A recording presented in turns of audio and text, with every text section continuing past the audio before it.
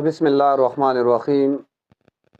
یو ملګری تاسو کوي چې موږ درې رونه یو او درې واړه بهر یو. کور کې موالد صاحب دی.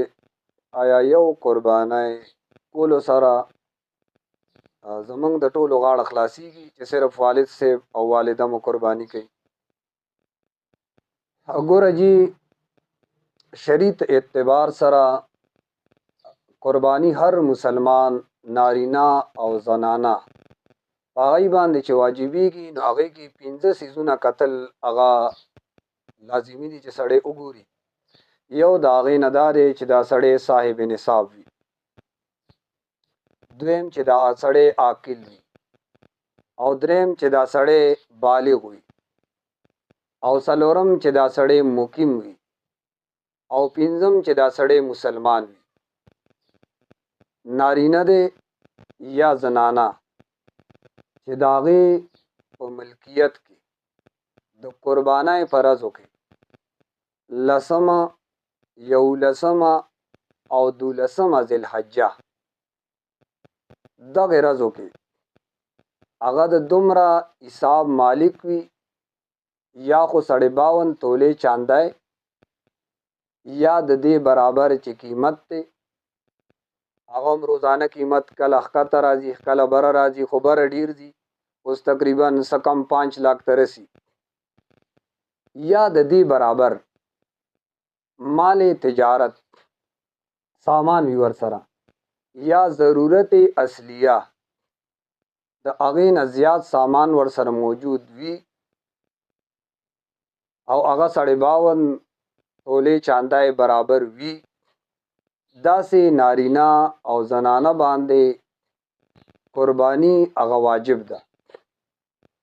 قربانای واجب کېدو دپاره نصاب په مال یعنی رقم یا ضرورت نه زیات سامان باندې کال تیرېدل هغه هم شرط نه دي.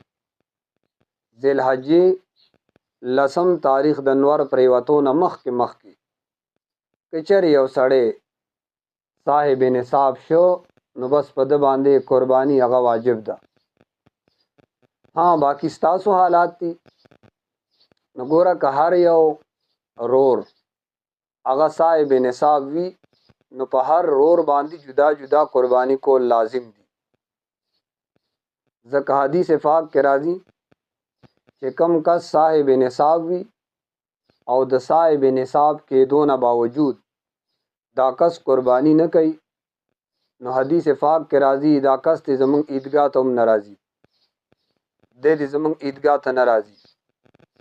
نو حدیث نه هم ثابته شوه چې په هر کس باندې جدا جدا قربانی هغه لازم ده. او بل دا د نبی علیه الصلاۃ والسلام عمل مبارک هغه هم داو.